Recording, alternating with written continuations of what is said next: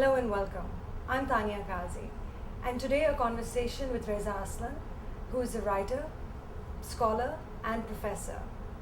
Reza's come up with his new book, How to Win a Cosmic War: God, Globalization, and the End of the War on Terror. Reza, can you talk a little bit about how you define cosmic war? Yeah, a cosmic war is a religious war. It's a war in which God is believed to be directly engaged on one side against another. It's different than a holy war, which is a physical battle on earth between rival religious groups. A cosmic war is one in which participants believe that they are acting out on earth a battle that's actually taking place in heaven between the cosmic forces of good and evil, and that we human beings are nothing more than just actors in a script written by God. And the argument of the book is that this is precisely the kind of war that Al-Qaeda and these various militant groups in the Muslim world who associate with the larger global jihadist movement are fighting, that it's a war of the imagination, that their goals, their agendas, their ideologies cannot be achieved in any kind of real or measurable terms, and that unfortunately the United States, by adopting the same religiously polarizing rhetoric, the same cosmic worldview, and by infusing the war on terror and the wars in Afghanistan and Iraq with this sort of evangelizing spirit, are also fighting a cosmic war. And the problem with that, of course, is that a cosmic war is a war that can't be won. Mm-hmm. Now, you make a distinction between a holy war and a cosmic war. Now, aren't holy warriors also, don't they also think that they are soldiers of God, basically fighting on God's behalf and have been given, been decreed by God to engage in war? Yes, that is true. The main difference here is that a cosmic war is also, in many ways, a sort of imaginary moral encounter.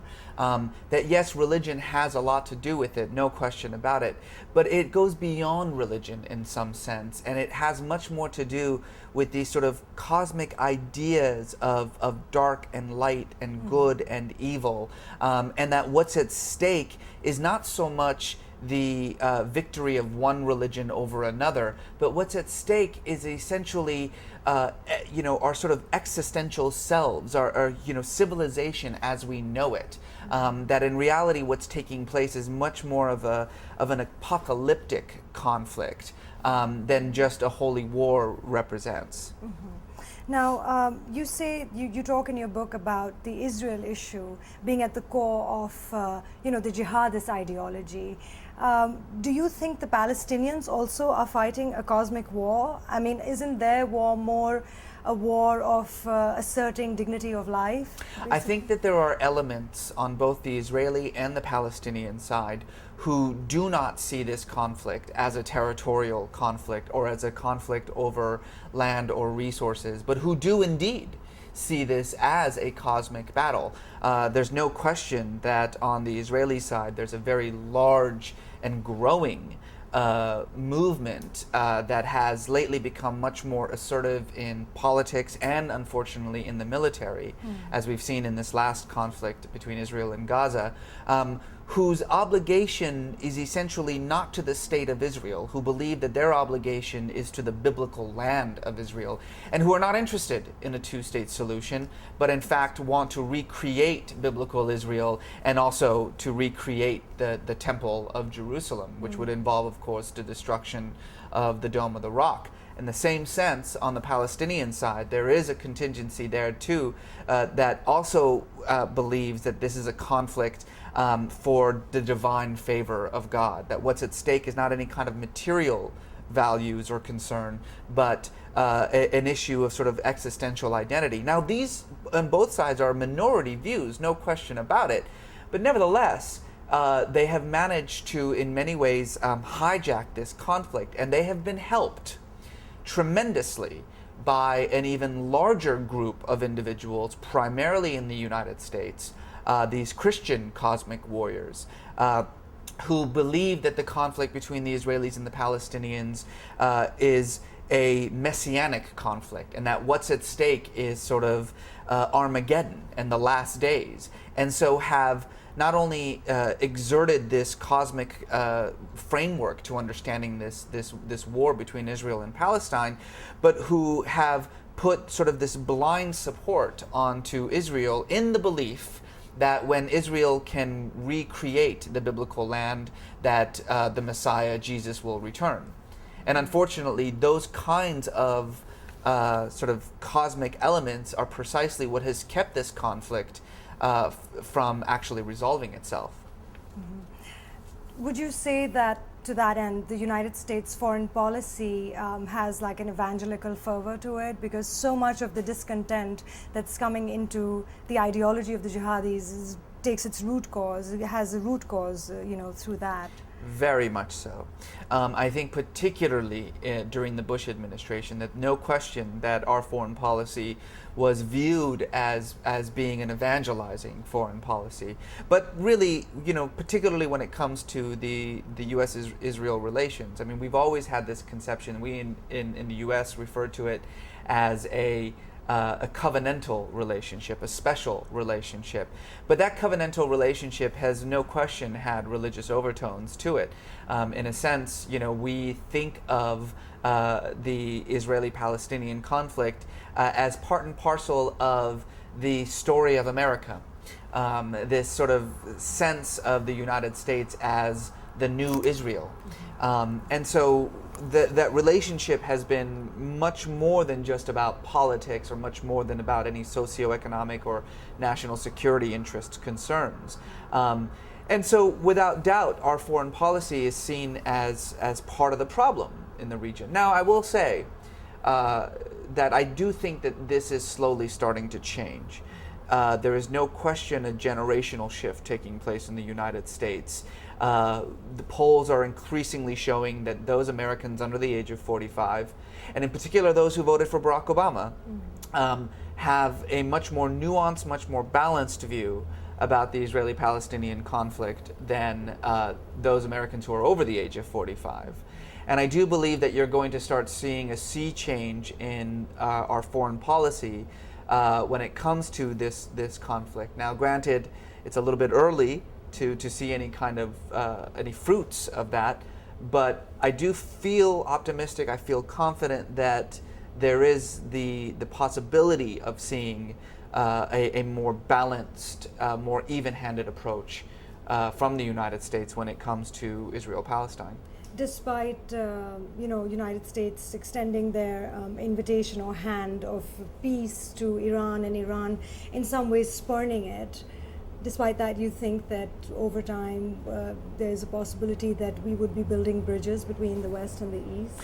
Yes, and I don't know if I would necessarily describe Iran's response to Obama's overtures as spurning. I think that, on the contrary, I mean, Iran has been fairly open about the possibility of reframing a relationship with the United States. I think that Iran wants to make sure that their interests and their grievances are going to be heard.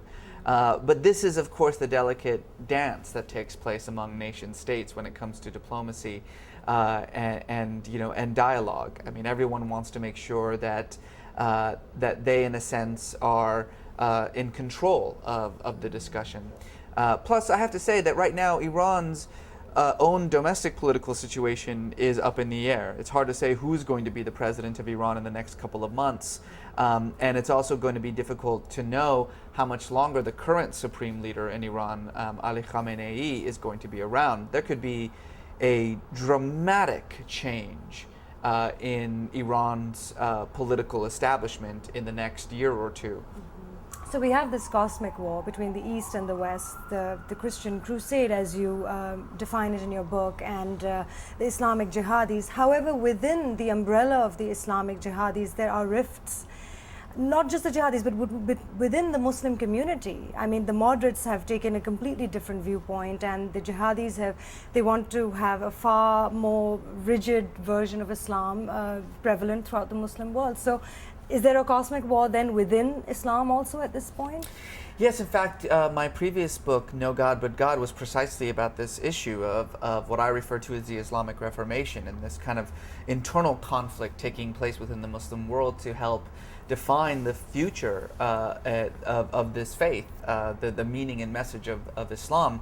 And one of the things that I talked about in this book is this rampant individualization that is taking place in the Muslim world, that has resulted in not just a geopolitical fragmentation, but in a real religious fragmentation, and more importantly, in the sort of gradual loosening of religious authority out of the hands of the ulama, the traditional religious establishment, and into the hands of individuals and self-styled religious leaders, precisely like Osama bin Laden, who of course has no real religious credentials, but whose appeal, particularly with young Muslims, comes precisely from the fact that he's seen as not tainted by the traditional Islamic institutions.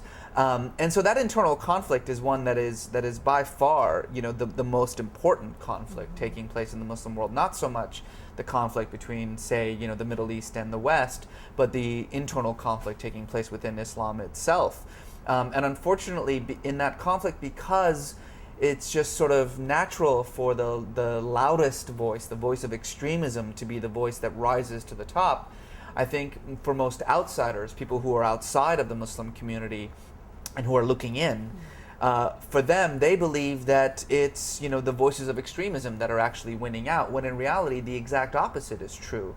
Poll after poll, survey after survey of the Muslim world has shown dramatic, overwhelming, widespread rejection of these ideologies of extremism and radicalism.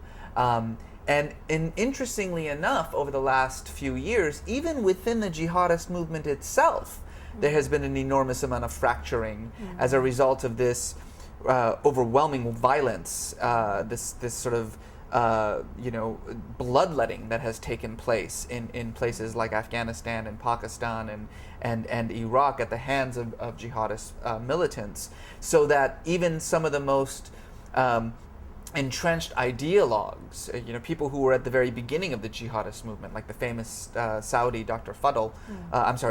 Dr. Fuddle, have begun to turn their backs on this movement itself. So it's very interesting. It's a very complex situation and can't be sort of very easily divided between, radical and moderate, or good Muslim, bad Muslim.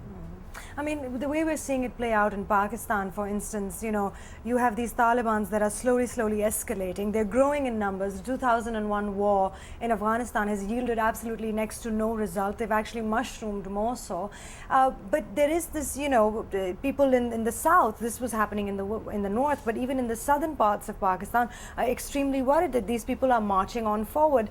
What is the future then of states such as Pakistan, you think? Where this element, this Taliban element or jihadi element is, so rampant and ever growing? Yeah, well, Pakistan is dealing with a particularly peculiar situation. I think that the threat from Pakistan does not come from jihadist groups, these groups that have more of a global agenda, but come from Islamist groups, religious nationalists like the Taliban. Without question, this has had part of the problem that Pakistan is dealing with is a direct result of what's taking place in Afghanistan. The truth is that the more the coalition and U.S. troops in Afghanistan push Taliban forces out of that country, the more they begin pouring into Pakistan. And right now, Pakistan is dealing with a very weak, very inept, corrupt government that is sort of on the verge of destabilization. But I do think that it's a grave exaggeration to talk about this sort of Taliban takeover of Pakistan. The truth about that country is that no matter who's in charge of Pakistan, the military is in charge of Pakistan. And while it is true that over the last decade, the military has lost a lot of its prestige, a lot of its standing, it has had some very embarrassing moments in conflict with various militant groups in the Northwest Frontier Province and in the Swat Valley.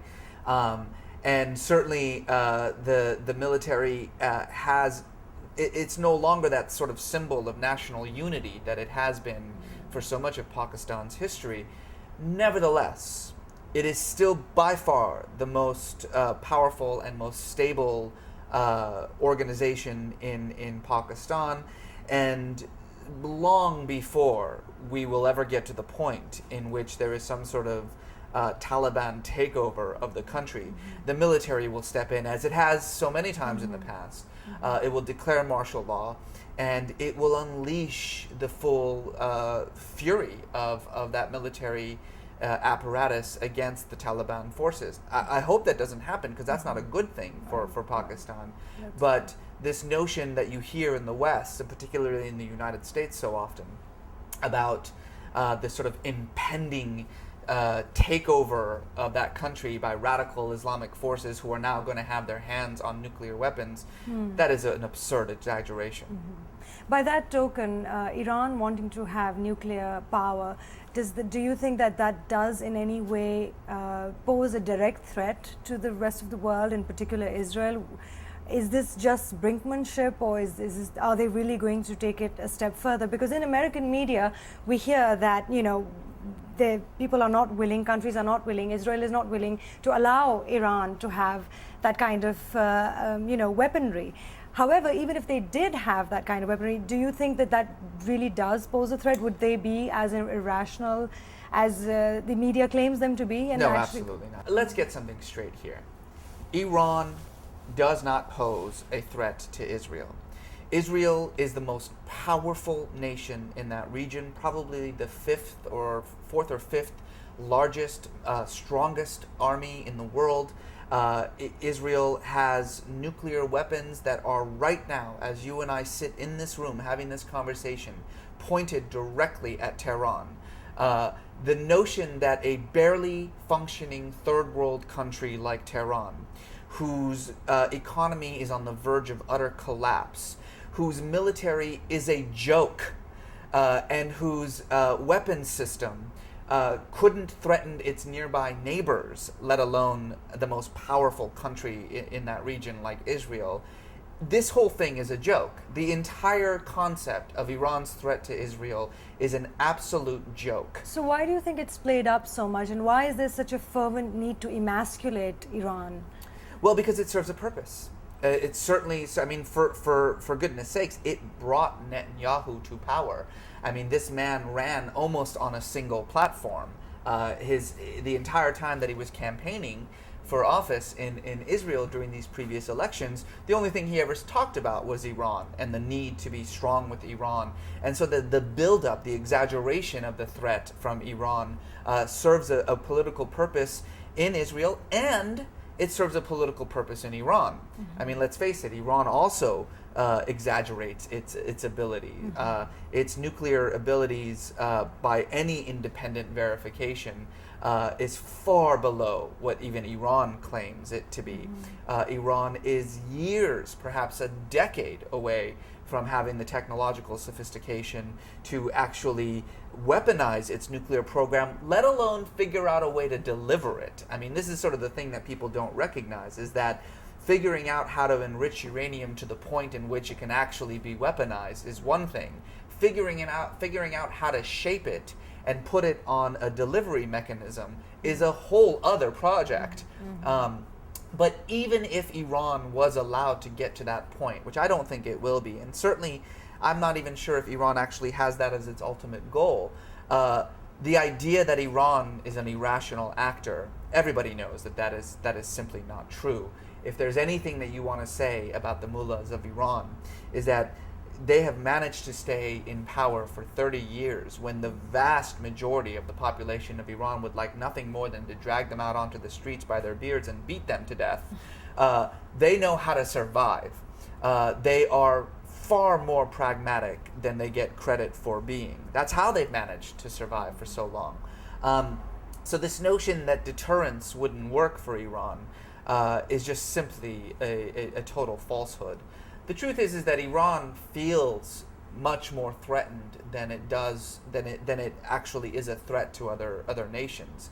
As I say, it's got nuclear weapons pointed at it right now from a government that has threatened repeatedly to use those nuclear weapons in a preemptive strike against Iran. And, to be perfectly frank, Iran has learned a valuable lesson from its fellow Axis of Evil members, right? One of them, Iraq, didn't have nuclear weapons, and it was destroyed and occupied. The other one, North Korea, had nuclear weapons, and the international community has poured billions of dollars into that country to beg them to get rid of them. So, Iran, in a sense, is sort of in a situation in which it is waiting to find out what the rest of the world has in store for it before it decides what it does with its nuclear program. Now, what is to be the fate of the Palestinians now, especially with this new government that's come, the extreme right-wing government that's come in Israel? And if the Palestinian issue is so much at the core of the whole jihadist, ideology, how do we overcome this cosmic war? How does one deal with that issue? Tania, I wish that I could be a little bit more optimistic in this regard. The truth of the matter is that there is a clock ticking for the two-state solution. Every day that there isn't an independent, stable, and economically viable Palestinian state, there is more of future Palestine being gobbled up by Israel. The fact of the matter is that the government that's in position right now in Israel, not only do they reject UN 242, the Oslo Accords, and the very concept of the two-state solution. The founding charter of the Likud party, the party in control of Israel right now, rejects the very conception of a Palestinian altogether. They refer to the Palestinians as Arabs. And in their less tolerant moods, they refer to them as Jordanians. This is a government that has no interest in a two-state solution. It's a government that believes that the status quo is on its side, that every day there will be less and less of a possibility for a stable Palestinian state, and which, by the way, has committed to expanding settlements against international law, against the roadmap for peace, against the wishes of the UN, the EU, and the United States and the rest of the international community, further into the West Bank.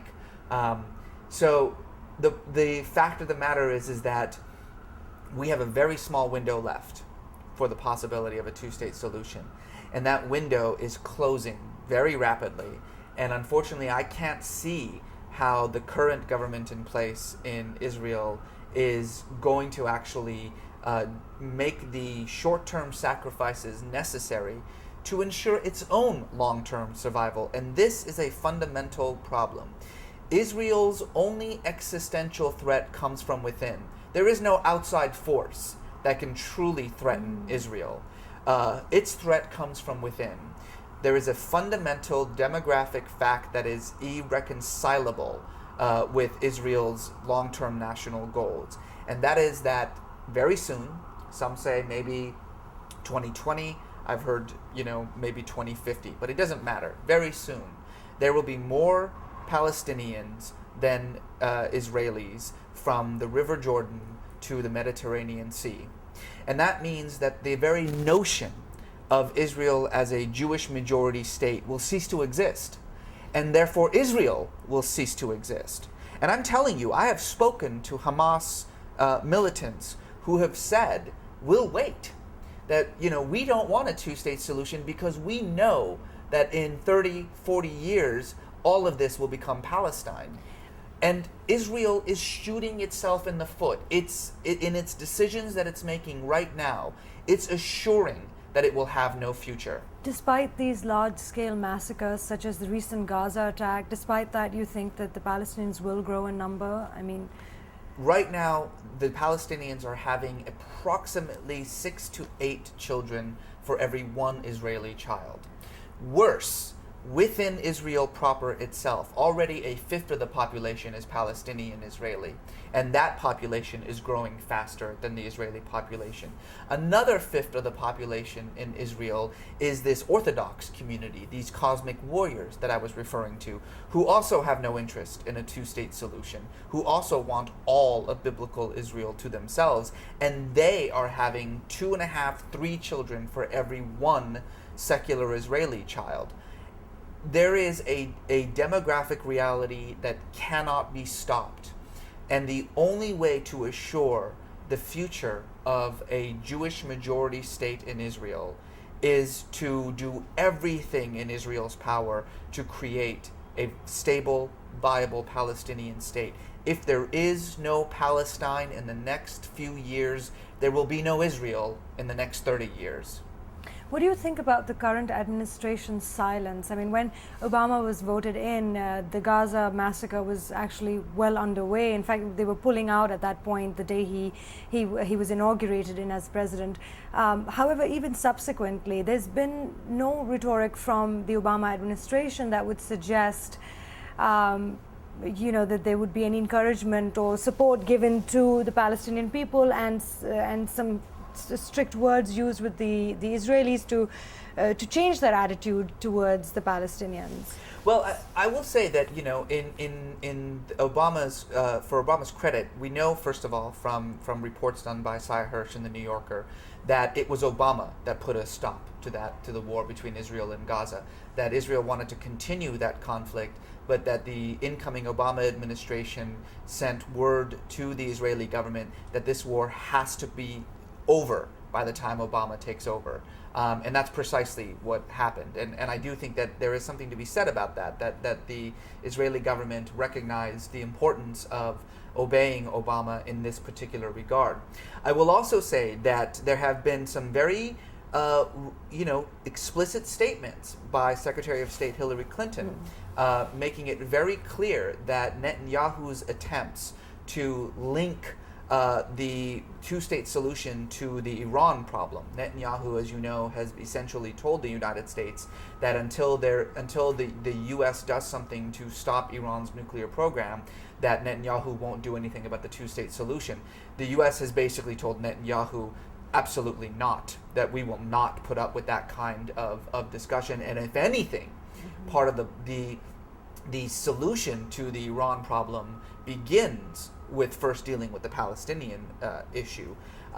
So in a sense, this administration has been very firm with Netanyahu, making it very clear to him that the games that he's playing in trying to put aside, this two-state solution or push it off as long as he possibly can, that those games aren't going to be tolerated. Now, has Obama come out in a very... And by the way, I should also say that it was a very inspired choice to send George Mitchell to that region, because although it is true that he's very old and that, that perhaps we could have sent somebody that's, of a different generation, Mitchell is seen by the Palestinians and by many Israelis as an even-handed interlocutor, and that's, I think, important. And I don't think George Mitchell, because he's such an august diplomat, he's not someone that Netanyahu can push around. If Mitchell says A, you know that that's coming from the Obama administration and that there's no discussion about it.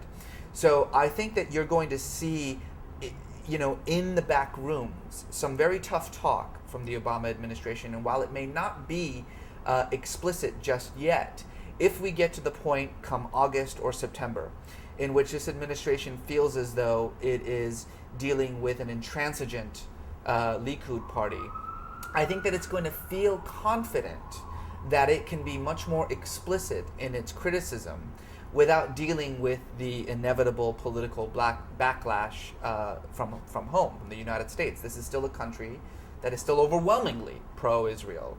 And although, as I said, that sentiment is starting to change a little bit, I think in some ways it's still political suicide for an American politician, particularly a president, to be overly critical of Israel. Going back to your book, you seem to be working very hard with your first book and now the second one, trying to build bridges between the East and the West, and putting forth a very objective perspective, or as objective as is possible in this case, especially having known now through all your research that in so many ways this has become an unbridgeable gap.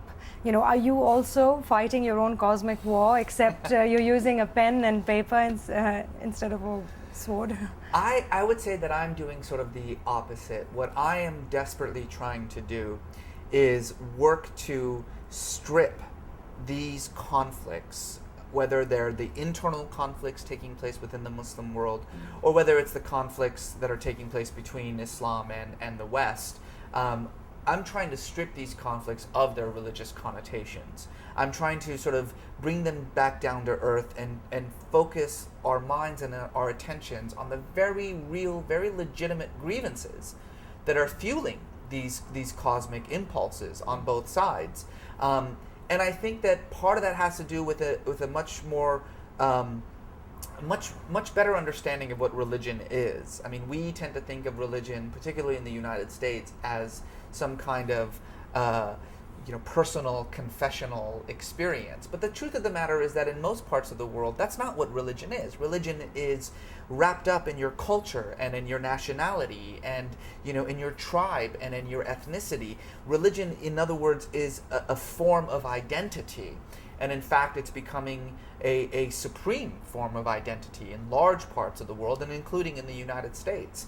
So I think that I have sort of a twofold function. One, to help people understand religion better, to help them recognize that religion is about who we are as human beings, not just about what we believe or how we pray. And then trying to then, with that understanding of religion, to recognize and differentiate religious conflicts from political conflicts. Because as I say in the book, political conflicts can be settled. Political conflicts can come to an end.